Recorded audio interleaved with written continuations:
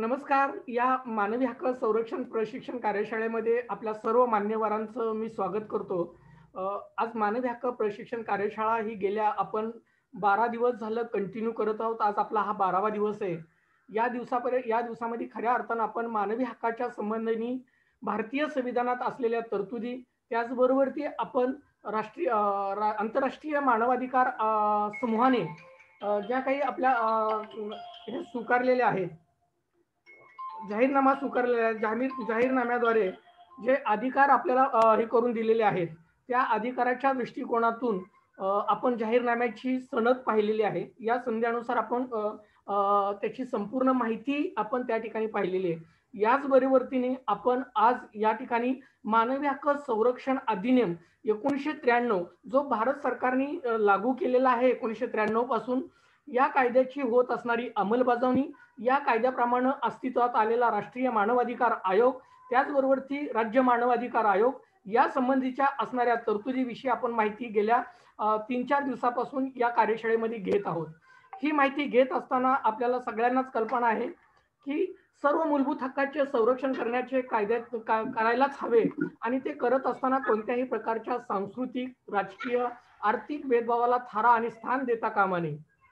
मानवी हक्क मग ते नागरी असोत की राजकीय असोत अथवा सर्व समानतेचा हक्क, सन्मानपूर्वक जीवन जगण्याचा हक्क, अभिव्यक्ती स्वातंत्र्याचा हक्क, किंवा आर्थिक, सामाजिक, सांस्कृतिक किंवा शिक्षण व सोयी विकास याद्वारे जे हे सर्व हक्क आहेत, हे सर्व हक्क हे एकमेकाला पूरक आहेत.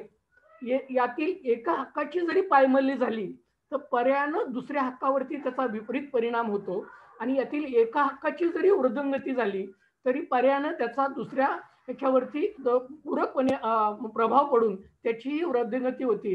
ही आपण आतापर्यंतच्या प्रशिक्षणामधून आपल्या सर्वांच्याच लक्षात आलेलं आहे किंवा आपण सर्वांनीच ते पाहिलेलं आहे. मुद्दा या ठिकाणचा होतोय की आपण सर्वजण हे मानवी हक्क संरक्षण अधिनियम 1993 मधल्या ज्या तरतुदी पाहिलेल्या आहेत, गेल्या 3 दिवसामध्ये आपण या तरतुदी पाहत आहोत. आतापर्यंत आपण नेमकं काय पाहिलेलं आहे हे जर तुमच्या लक्षात राहिलं तर मला वाटतं की हे 5वं प्रकरण जे मानवी हक्क संरक्षण अधिनियम 1993 मधलं जे 5वं प्रकरण आहे, कलम 21 मध्ये काय तरतुदी केले हे तुमच्या अतिशय समर्पकपणे लगेच लक्षात येईल.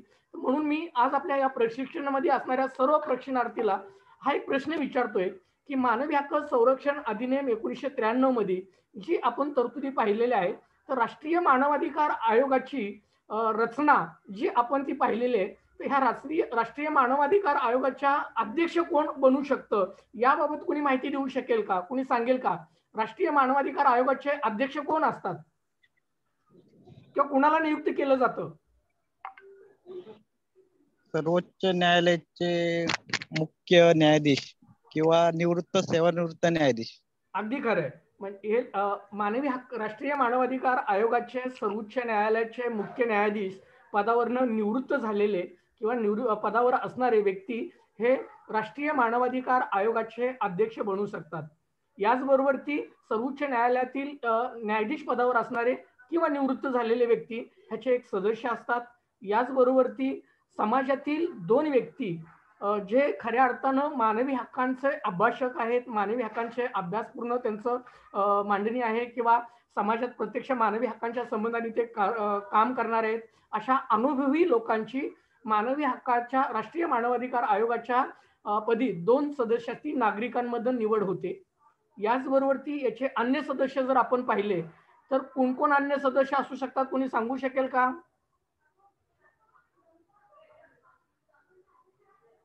मानवी हक्काचे अन्य सदस्य आपण पाहिलेले त्यापैकी कोण असू शकतात?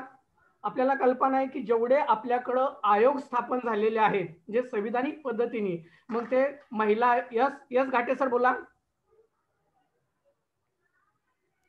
पोलीस अधिकाऱ्याचे उच्च जो हेड असतो तो असतो.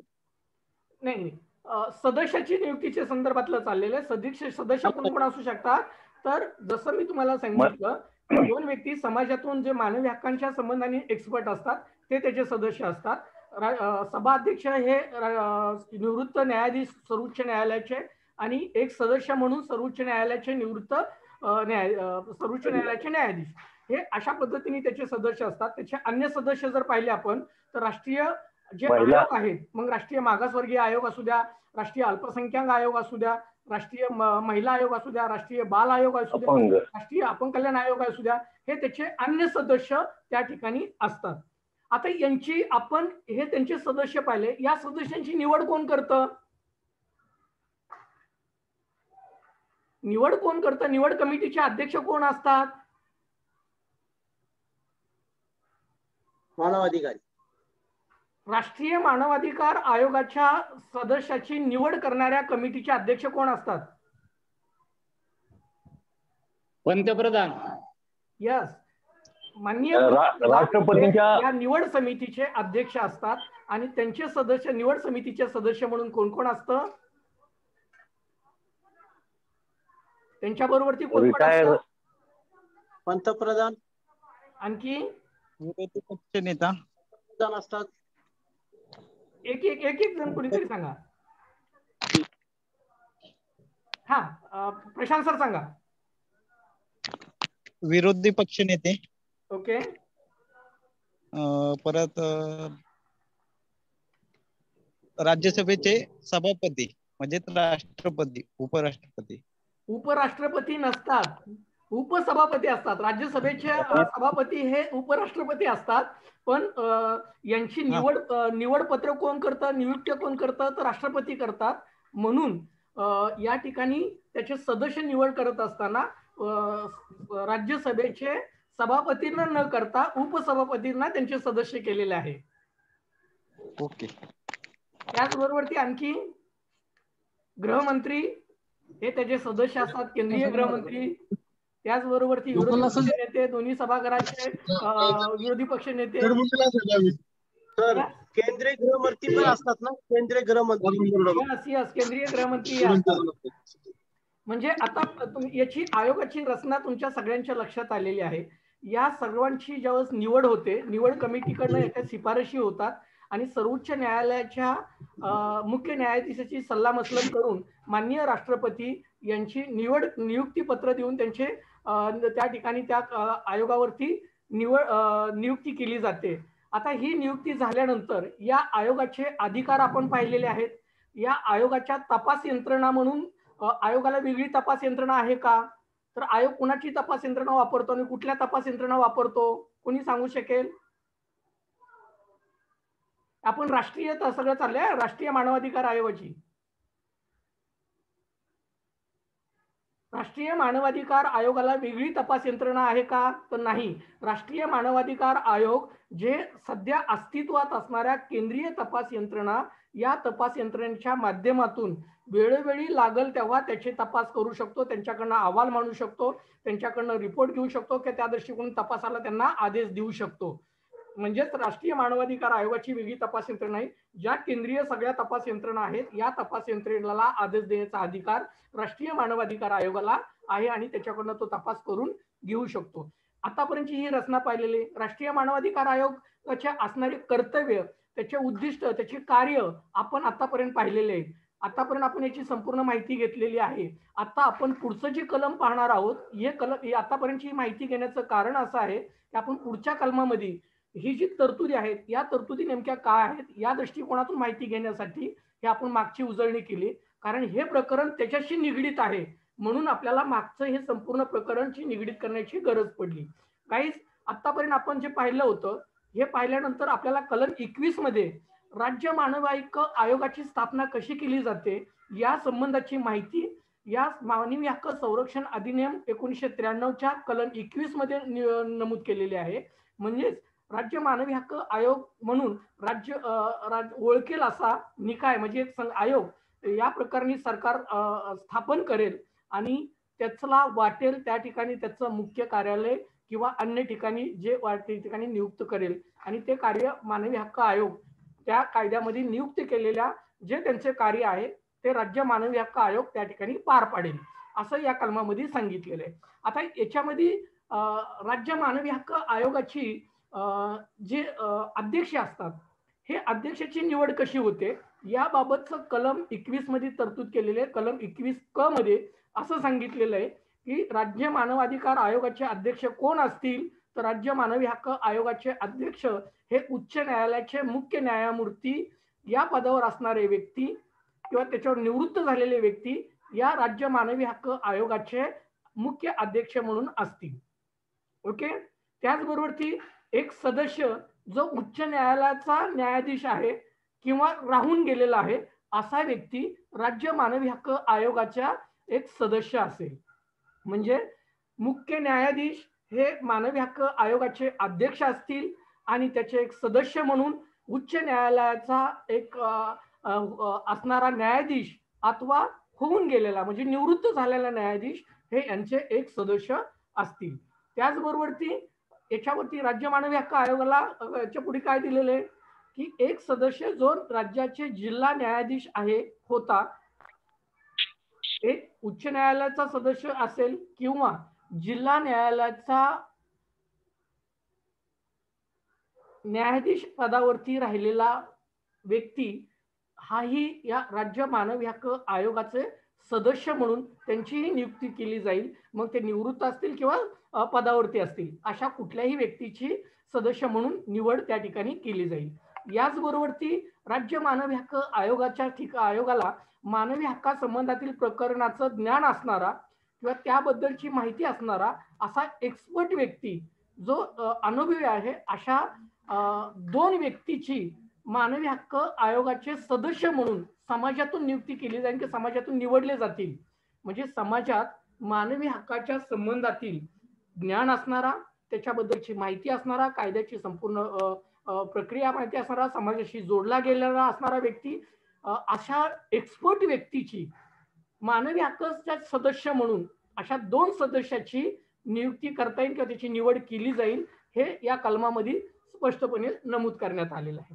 याचबरोबर ती या आयोगाचे सचिव म्हणून कुणाची नियुक्ती केली जाईल तर त्याच्यामध्ये सांगितलंय की राज्य शासनाचा सचिव दर्जाचा जो शासकीय अधिकारी आहे अशा सचिव दर्जाच्या शासकीय अधिकाऱ्याची राज्य मानवी हक्क आयोगाच्या सचिवपदी नियुक्त केली जाईल आणि हा सचिव हा मुख्य कार्यकारी अधिकारी राज्य मानवी हक्क आयोगाचा असेल आणि आयोग त्याच्याकडून योग्य वाटेल किंवा ठराविक विहित केलेली सर्व कामे हा सचिव त्या ठिकाणी पार पाडेल.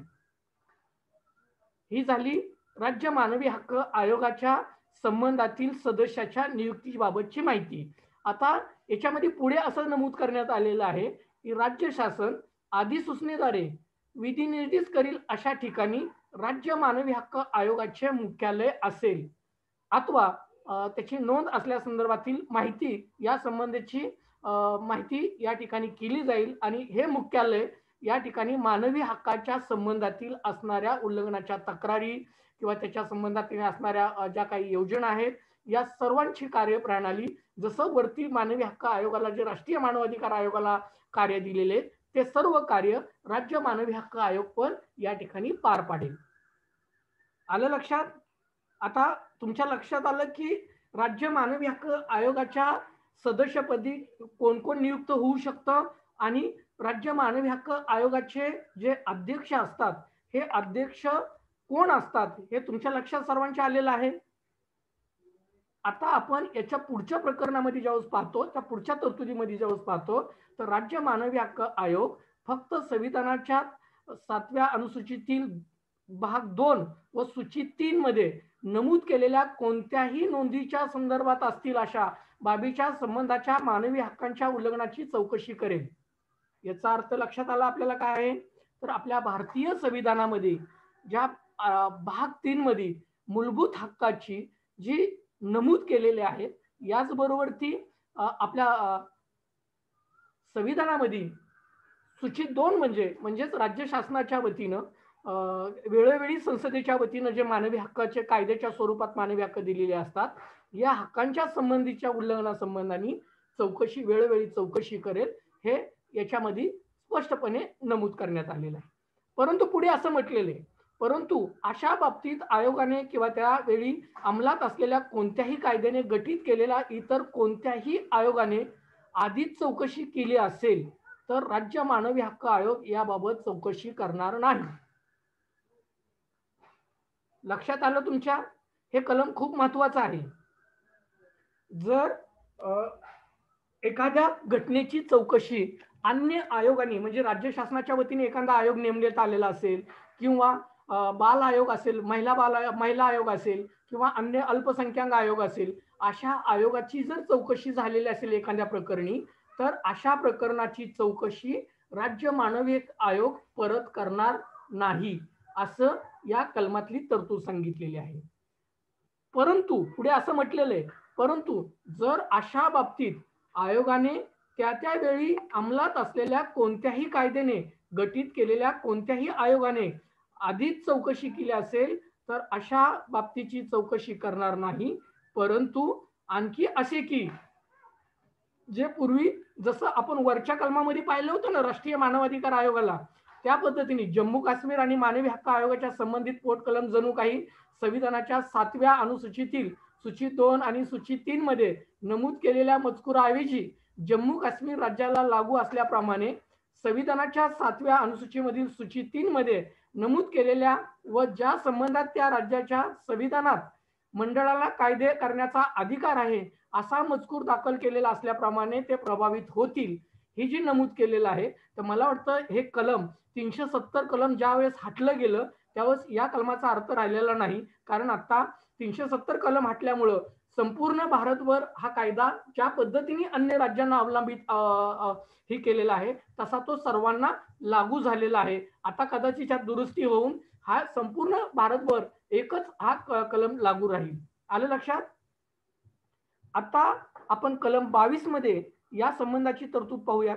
आता या संबंधाने आपण जर पाहिलं तर राज्यपाल या सही शिक्क्याशी असलेल्या या आपल्या ह्याच्या सही सिक्क्यानी या सभा अध्यक्षांची व इतर सदस्यांची नियुक्ती करतील. जसं आपण राष्ट्रीय मानवाधिकार आयोगाच्या नियुक्ती कोण करतं हे आपण पाहिलेलं आहे. तर राष्ट्रीय मानवाधिकार आयोगाचे नियुक्तीपत्र कोण देतं आपल्याला कल्पना आहे, आपल्याला माहितीवरती पाहिलेले आहे. कोण देतं राष्ट्रीय मानवाधिकार आयोगाच्या नियुक्त्या कोण सांगेल? राष्ट्रीय मानवाधिकार आयोगाच्या नियुक्त्या कोण देतं? यस, नियुक्तीपत्र कोण देतं? Yes Prashant sir. राष्ट्रपती यांच्या हस्ते दिले जाते. यस, राष्ट्रपतीच्या हस्ते राष्ट्रीय मानवाधिकार आयोगाच्या सदस्यांना नियुक्तीपत्र देऊन त्यांची नियुक्ती केली जाते. त्याच पद्धतीने राज्य मानवी हक्क आयोगाच्या नियुक्त्या कोण देईल मग?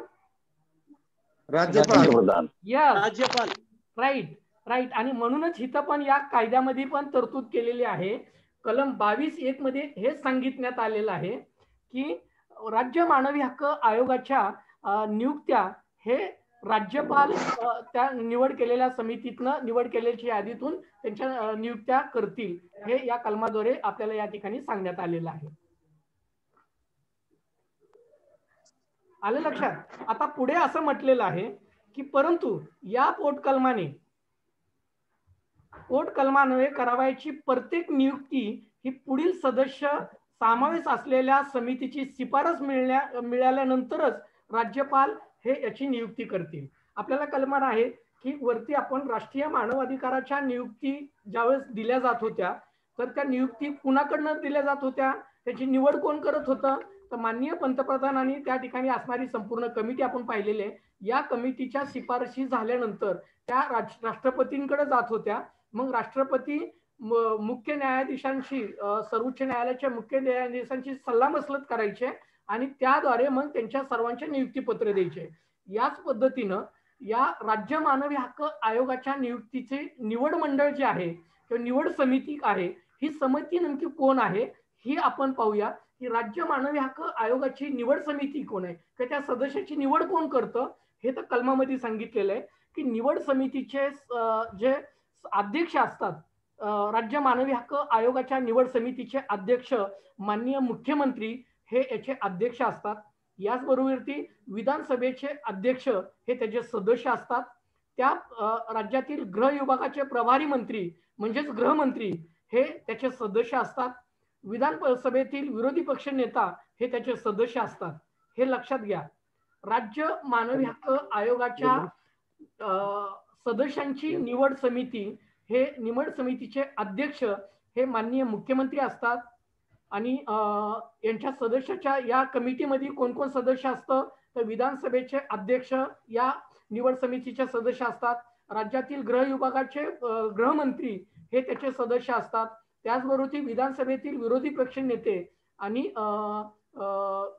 सभेतील दोन्ही सभागृहातील विरोधी पक्ष नेते हे त्याचे सदस्य असतात निवड समितीचे. आणि यांच्याद्वारे या राज्य मानवी हक्क आयोगाच्या सदस्यांची निवड होते आणि ती निवड झाल्यानंतर ही राज्यपालांकडे पाठवली जाते. मग राज्यपाल पुढे काय करतात बघा, पुढे असं कायद्यामध्ये म्हटलेलं आहे. परंतु आणखी असे की राज्यामध्ये विधान परिषद असेल तेथे त्या परिषदेचे सभापती व त्या परिषदेचे विरोधी पक्ष नेते हे देखील या समितीचे सदस्य असतील. परंतु असे की राज्याच्या उच्च न्यायालयाच्या मुख्य न्यायाधीशांनी विचारविनिमय केल्याअखेरीस उच्च न्यायालयाच्या पीठासीन न्यायाधीशांची किंवा पीठासीन जिल्हा न्यायाधीशांची नियुक्ती करण्यात येणार नाही. म्हणजेच या ठिकाणी जे माजी न्यायाधीश किंवा पदावर असणारे जे न्यायाधीश आहेत, जे राज्य मानवी हक्क आयोगाचे अध्यक्ष म्हणून निवड केली जाते आणि त्याचे सदस्य म्हणून निवड केली जाते, अशा व्यक्तीची निवड करत असताना राज्याचे मुख्य न्यायाधीश उच्च न्यायालयाच्या या उच्च न्यायालयाच्या न्यायाधीशाची सल्लामसलत केल्याशिवाय यांची नियुक्ती केली जाणार नाही, हे याच्यामध्ये स्पष्टपणे कायद्यामध्ये नमूद केलेलं आहे. म्हणजे या घटनांची जेव्हा सदस्यांची नियुक्ती केली जाते त्यावेळेस उच्च न्यायालयाच्या संमतीशिवाय यांची नियुक्ती होणार नाही, हे कायद्यातली तरतूद आहे. परंतु पुढे असं म्हटलेलं आहे, केवळ समितीमध्ये कोणते रिक्त पद आहे याच्या कारणावरून राज्य आयोगाच्या सभाध्यक्षाची सदस्याची नियुक्ती विधिग्राह्य मानण्यात येणार नाही. याचा अर्थ काय, केवळ एखादं पद रिक्त आहे म्हणून कुणाला तरी उचलून त्या पदावरती बसवलंय असं कुठली मान्यता त्या ठिकाणी मिळणार नाही, हेही कायद्यामध्ये तरतूद केल्याचे आपल्याला पाहायला मिळते. आता राज्य आयोगाच्या सदस्याच्या पदावरून एखाद्याला दूर कसं करायचं या संबंधाने आपण माहिती बघूयात. जसं आपण राष्ट्रीय मानवाधिकार आयोगाची रचना पाहत असताना या संबंधाने पण आपण माहिती घेतलेली होती की त्यांना पदावरून कशा पद्धतीने दूर केलं जातं, नियुक्ती कशी केली जाते आणि त्यांच्या सदस्य आणि कार्यपदाची निवड कशी होते. तसंच या कायद्यामध्ये आपल्याला राज्य मानवी हक्क आयोगाच्या संबंधाने, यस पाटील सर बोला साहेब, निवड समितीचे राज्य मानवी हक्क निवड समितीचे एकूण सदस्य किती असतात? राज्य मानवी हक्क निवड समितीचे सदस्य माननीय मुख्यमंत्री, माननीय गृहमंत्री, दोन्ही सदनाचे जे सभापती आहेत हे सभापती त्याचे सदस्य असतात. त्याचबरोबर दोन्ही सदनाचे विरोधी पक्ष नेते हे त्याचे सदस्य असतात, हे निवड समितीचे एकूण सदस्य. आता बघा ना, टोटल मारा त्याची मुख्यमंत्री 1, दोन्ही सदनाचे विरोधी पक्ष आणि सभापती 4 आणि गृहमंत्री 5 आणि मुख्य न्यायाधीश राज्याचे उच्च न्यायालयाचे मुख्य न्यायाधीशाच्या सल्लामसलतीशिवाय त्यांची निवड होत नाही. म्हणजे उच्च न्यायालयाचे न्यायाधीश ही त्या ठिकाणी महत्वाचे आहेत. म्हणजे 6 यांच्या पद्धतीने निवड होती त्यांची. बरोबर, धन्यवाद सर. ओके, आता आपण या ठिकाणी या पदावरती जर एखाद्याची निवड झाली तर या पदावरती निवड झाल्यानंतर यांना पदावरनं जर दूर करायचं झालं तर या संबंधाने कायद्यातली तरतूद करून ठेवलेली आहे. ती तरतूद नेमकी काय आहे हे आपण मानवी हक्क संरक्षण अधिनियम 1993 या कलमातल्या 23(1) मध्ये या संबंधाने तरतूद केलेली आहे. ती तरतूद अशी सांगते की पोट कलम 2च्या उपनीतीच्या अधीनतेने राज्य आयोगाच्या सभाध्यक्ष किंवा राज्य कोणत्याही सदस्य याच्या बाबतीत राष्ट्रपतीने सर्वोच्च न्यायालयाकडे निर्देश केल्याप्रमाणे सर्वोच्च न्यायालयाने त्या संबंधातील विहित करण्यात आलेल्या कार्यपद्धतीनुसार रितसर चौकशी चालू करून नंतर त्या सभाध्यक्ष किंवा यथार्थित अशा अन्य सदस्याच्या बाबतीत झालेल्या दुर्वर्तनाच्या किंवा असमर्थतेच्या कारणास्तवरून पदावरून दूर करण्यास पाहिजे अशा अभिप्राय सर्वोच्च न्यायालयाने दिल्यानंतर राष्ट्रपतीच्या आदेशाद्वारे अशा कोणत्याही कारणास्तव त्याला या पदावरून काढले जाईल.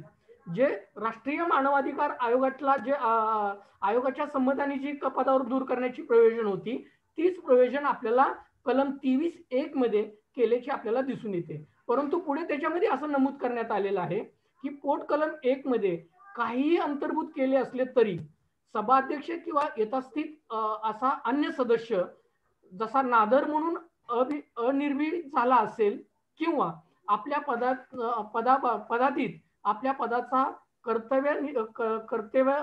कर्तव्यावरती असताना गैरवर्तन केलेलं असेल किंवा इतर कोणतेही काम सेवेत गैरप्रकारे केलं असेल किंवा मानसिक किंवा शारीरिक दुर्बल त्याला आलेला असेल तर त्या पदावर राहण्यास तो अयोग्य असेल. याचाच अर्थ एखादा सदस्य दारुडा झाला, त्यांनी पदावर असताना दुर्वर्तन केलं किंवा अभिचार केला, अशा पद्धतीचं गैरकृत्य जर त्याच्याकडनं झालेलं असेल तर त्याची संपूर्ण चौकशी केल्यानंतर त्याला त्या पदावरनं दूर करण्यात येईल. अशा पद्धतीची प्रयोजन या कलमामध्ये करून देण्यात आलेली आहे.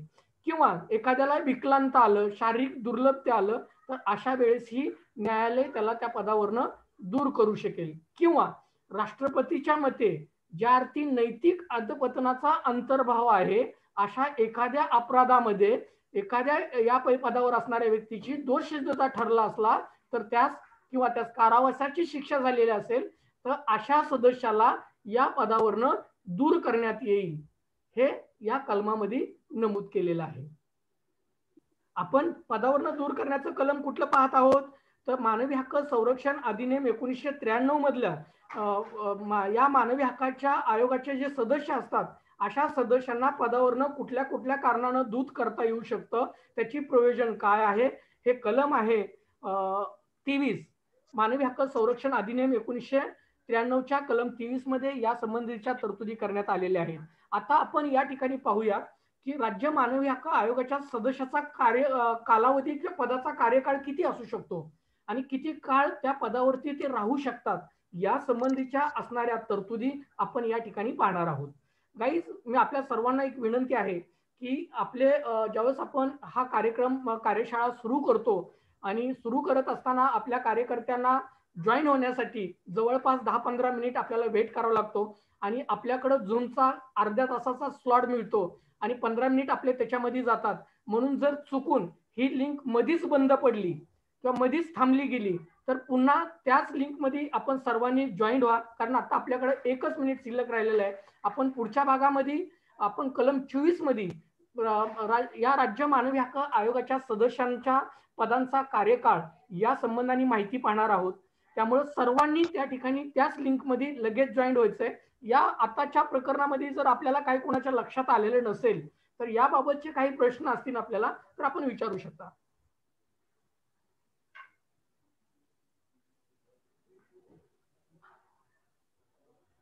कुणाला काही प्रश्न आहेत का याबाबतच्या सध्याच्या याच्यामध्ये? मला वाटतं काहीच कुणाला प्रश्न नाहीत. काहीच आपण सर्वजण मानवी हक्क संरक्षण अधिनियम 1993 या संबंधीच्या कलमातल्या तरतुदी पाहत आहोत. कायद्याचा अभ्यास करत असताना किंवा कायद्याच्या तरतुदी पाहत असताना हे महत्वाचं आहे की आपण मानवाधिकार